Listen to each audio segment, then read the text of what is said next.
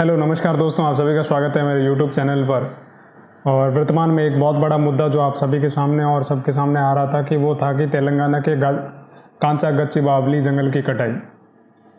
तो जैसा कि पता है कि दो दिन पहले ये मुद्दा उठा था, जब रात को बहुत सारे बुलडोजर एक साथ चलाकर पूरे जंगल को काटने की कोशिश की गई। और वो एक मोर वाला वीडियो आप सबने देखा कि वो किस तरह से चिल्ला रहे थे। ठीक है, तो क्या है पूरा मुद्दा हम जानेंगे। हम ना इस पक्ष में ना उस पक्ष में, हम एक निष्पक्षता से पूरी बात करेंगे एक्चुअली में क्या इश्यू और क्या होना चाहिए था। ठीक है, और एक्चुअली पूरा इश्यू को समझने के लिए लास्ट तक बने देखें, तभी आपको चीज़ें समझ में आ पाएगी। ठीक है, और मैं पूरी तरह से आपके लिए डिटेल वीडियो से लेके आया हूँ।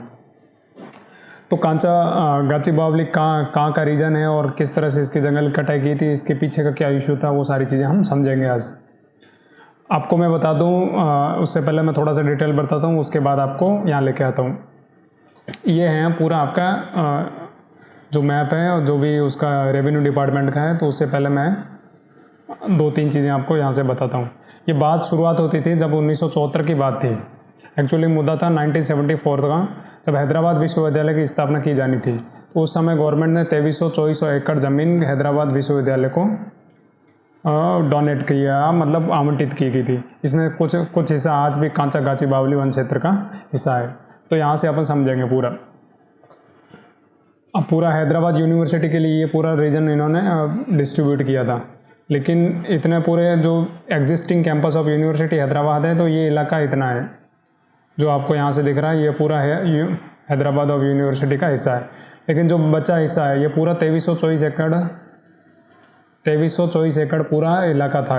तो जिसमें से ये 500 एकड़ ज़मीन बची थी। इस पर कोर्ट के केस किया, और जो भी स्टेट गवर्नमेंट थी आंध्र प्रदेश, तो उन्होंने कोर्ट पे केस किया कि ये ज़मीन मतलब फ्री है, इसको हमें चाहिए और हम इसमें कुछ स्पोर्ट्स कॉम्प्लेक्स बनाएंगे या विकसित करेंगे।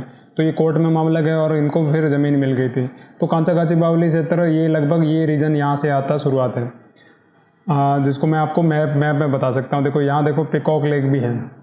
तो यहाँ बहुत सारा ये पूरा जंगली क्षेत्र है, ऐसा नहीं कह सकते कि यहाँ बिल्कुल भी नहीं है। ये कांचा गच्चीबावली यहाँ यूनिवर्सिटी के कैंपसेस हैं।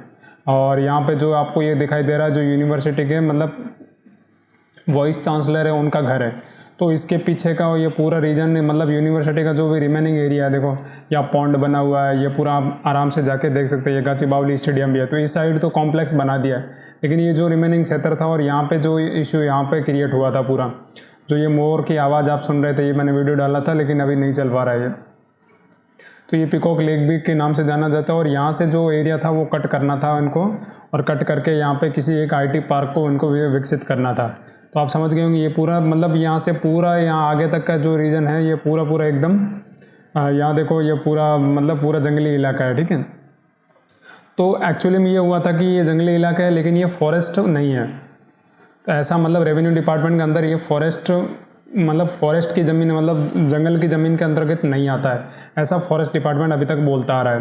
लेकिन पिछले कुछ समय से जो भी यहाँ के लोकल थे वो मांग उठा रहे थे कि यहाँ बहुत सारी प्रजातियाँ हैं तो इसको फॉरेस्ट का दर्जा दिया जाए। लेकिन गवर्नमेंट को पता है कि गवर्नमेंट आपको पता ही है यहाँ पे IT पार्क विकसित करना चाहती है, और जैसे इसका बहुत अच्छा रेवेन्यू लगभग 10,000 करोड़ तक का रेवेन्यू मतलब जनरेट हो सकता है। तो इसके लालच में ये सारी चीज़ें हुई होगी।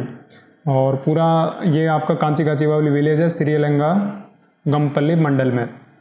तो एक साइड तो ये हो रहा है देश में कि पेड़ काट रहे हैं, पेड़ काटे जा रहे हैं बिल्कुल किसी भी विकसित चीज़ों को विकसित करने के लिए। लेकिन दूसरी तरफ ये डुप्लीकेसी भी चल रही है कि एक बॉल खाली निकलेगी तो 500 पेड़ लगे। तो कुछ लोग तो मजाक में यही कर रहे हैं कि इधर से हैदराबाद जब काटेगी, तो पिछले मैच में जब हैदराबाद हारी थी तो पेड़ लगाने थे तो वो बहुत ज़्यादा हो गए, तो काट के यहाँ पे लगाएंगे वापस। तो ऐसा भी मतलब जोक सा चल रहा है। तो एक्चुअली मुद्दा था 1974 में जब 2324 एकड़ ज़मीन हैदराबाद यूनिवर्सिटी को एलोकेट किए गए थे, जिसमें से बहुत सारे आधे हिस्से से ज़्यादा पे तो उन्होंने अपनी university campuses plus boarding houses भी बना दिए। तो साल 1990 से 2000 तक की बात है कि शहरीकरण की शुरुआत हो जाती है, और गच्चीबावली और आसपास के इलाकों में IT और रियल एस्टेट के चलते भूमि की मांग बहुत बढ़ रही थी, और धीरे धीरे वन क्षेत्र के आसपास निर्माण कार्य शुरू हो गए, जो आप मैप में जाके आराम से देख सकते हैं इसको। साल 2004 की बात है, सरकार ने 534 एकड़ भूमि वापस लेने की कोशिश की थी। जो 534 एकड़ जिस पे अभी ये पिकॉक लेक और ये सारी चीज़ें बनी हुई है, इसको वापस लेने की कोशिश की। तब तेलंगाना सरकार ने विश्वविद्यालय से 534 एकड़ ज़मीन वापस लेने की योजना बनी कि हम यूनिवर्सिटी का इसमें हिस्सा नहीं और यूनिवर्सिटी कोई कैंपस नहीं बन रहा है और हम इस ज़मीन का उपयोग खेल सुविधाओं और विकास प्रयोजन के लिए करना चाहते हैं। ऐसा कह के कहेगा, लेकिन एक्चुअली में वो क्या करना चाहते थे, वो इंडस्ट्री का मतलब IT पार्क को बनाना चाहते थे या विकसित करने, क्योंकि आपको पता है खेल सुविधाओं से तो गवर्नमेंट का ही नुकसान होना था। वो उस ज़मीन की वैल्यू बहुत ज़्यादा थी। इससे कानूनी विवाद शुरू हो गया, मामला कोर्ट में चला गया। साल 2010 और 2015 के बीच की बात है कि स्थानीय पर्यावरण कार्यकर्ताओं द्वारा संरक्षण की मांग की गई और शहर में हरियाली घटने पर पर्यावरण प्रेमी और स्थानीय नागरिक इसे शहरी वन अर्बन फॉरेस्ट का रूप में पहचान दी गई कि बहुत बड़ा मतलब अर्बन फॉरेस्ट के रूप में एक विकसित किया गया इसको। और संरक्षण का स्वैच्छिक अभियान, देखो आपको पता है कि हैदराबाद सबसे अच्छी लिविंग सिटी और सबसे ज़्यादा पेड़ मतलब पेड़ों की जनसंख्या मतलब हैदराबाद शहर में मेट्रो शहरों में सबसे ज़्यादा है, तो शायद उसका रीज़न ये भी रहा होगा कहीं। और यही हाल रहेगा तो क्या फ्यूचर रहेगा इसका कि 2023 में जब दिसंबर आता है तो तेलंगाना हाईकोर्ट का फैसला सुना दिया जाता है और सरकार के पक्ष में आ जाता है वो फैसला। तो वर्षों पुराने हाईकोर्ट फैसला सुना है कि सरकार ने उस भूमि को नीलामी कर सकती है जिसे उसने विश्वविद्यालय को दी थी और अब उसको आवश्यकता नहीं। अब यूनिवर्सिटी बोल रही है तो हमारी ज़मीन है, हमको गवर्नमेंट ने पूछा नहीं, ये सारी चीज़ें करके बिना पूछे ही सारी चीज़ें कर ली। और कोर्ट ने फिर मामला दिया कि यूनिवर्सिटी को इसकी ज़रूरत नहीं है और 400 एकड़ जो ज़मीन है तुम इसको यूटिलाइज़ कर सकते हो। लेकिन सरकार ने जब कोर्ट में फैसला डाला तो क्या कि बोले कि हम यहाँ पर मतलब स्पोर्ट कॉम्प्लेक्स बनाएंगे या खेल की सुविधाओं को विकसित करेंगे। साल 2024 के जनवरी फरवरी की बात है कि TSIIC द्वारा नीलामी क्षेत्र की योजना घोषित की जाती है। Telangana state industrial infrastructure corporation ने इस 400 एकड़ भूमि को नीलामी की योजना बनाई जिसकी अनुमानित कीमत 10,000 करोड़ रुपए है। तो ये शायद पैसों का प्यारा है और हर कोई गवर्नमेंट चाहती है कि अच्छा पैसा यहाँ से मिल सकता है। इसका उद्देश्य था IT पार्क, आवासीय और वाणिज्यिक विकास करना था।